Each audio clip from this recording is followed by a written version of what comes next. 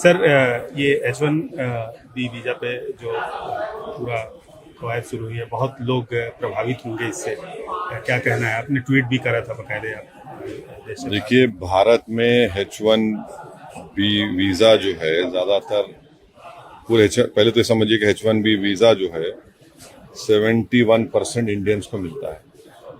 उसमें से बहुत बड़ा शेयर होता है तेलंगाना आंध्रा के जो टेकीज होते हैं। और इस बात का खास ख्याल रखिए कि जो भारत को करीब 125 बिलियन डॉलर का रेमिटेंस होता है।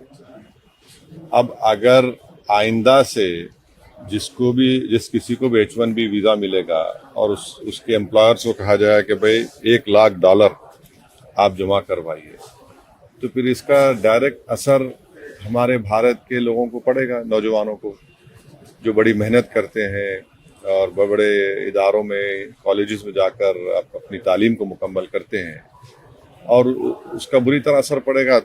मेरी शिकायत ट्रम्प से तो है, मगर सबसे ज़्यादा शिकायत मेरे देश के प्रधानमंत्री से है। आपने अहमदाबाद में इतना बड़ा मीटिंग की, स्टेडियम में मीटिंग की, हाउडी मोडी किया आपने, ये क्या फायदा हुआ बताइए? और हम लोग क्या कर रहे हैं?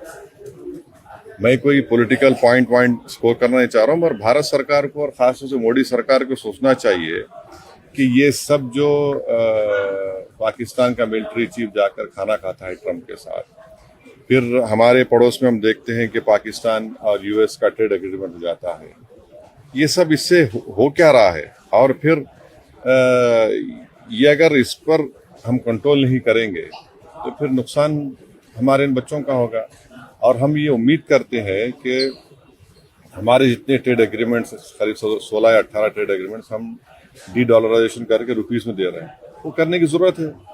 और बिल्कुल हम सकम ना करें ये अमेरिका की ट्रम्प सरकार की ब्लैकमेलिंग को। ये सब चीज़ें हो रही हैं। इसका H1B वीज़ा ठीक है, अब जो फरवरी के बाद होगा, जो सब कह रहे हैं, मगर बहुत बड़ा असर पड़ेगा ना, बहुत बड़ा असर पड़ने जा रहा है भारत के उन तमाम नौजवान लड़के लड़कियों पर जो बड़ी मेहनत करके आगे बढ़ते हैं।